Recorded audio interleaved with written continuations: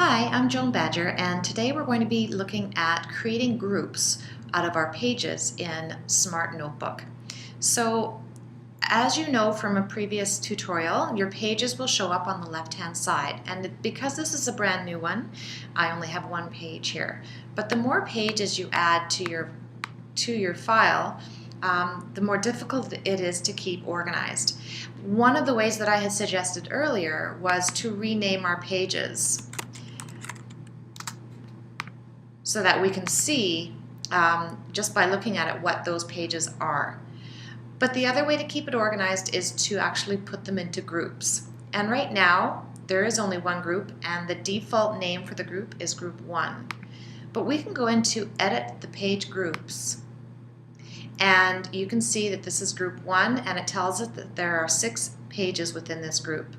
I'm going to rename this group. I don't want it to be called Group 1. Maybe I want this to be called Introduction. And I know that it's difficult for you to see why you would use grouping in Smart Notebook just by looking at a blank document. So let's have a look at a notebook file that I've created that has groups in it. So this is a notebook file that I've created, and you can see over on the left hand side I've got quite a few pages within this file, and so it looks like I've got 38 pages, which is more difficult to keep organized unless I group it. So one of the things that I can do after renaming each individual page is to actually put it into groups. So I'm going to go into this triangle, this down arrow beside my introduction, and remember on a blank one it shows up as Group 1, but I had renamed it already as Introduction.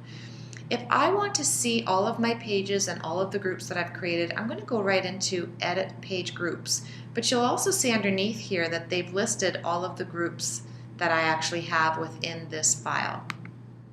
When I click on Edit Groups, you can see that I have different groups set up here and different pages within each group. So I have an introduction, I have a full class early years, full class middle years, full class senior years, and all of my groups continue. What I like about organizing in this way is that I can move slides from one group to another. And if you recall, when I was doing the creating themes, it asked me whether I wanted to put the theme onto a specific group. And that's why making groups is actually helpful as well. So if you are just wanting a theme on just a few of your slides, just within one section, you can create a group for that. So as you can see, creating groups is quick and easy, and because it's so efficient, it'll help you later on in your organization. Hopefully that gives you some ideas, and we'll talk to you next time.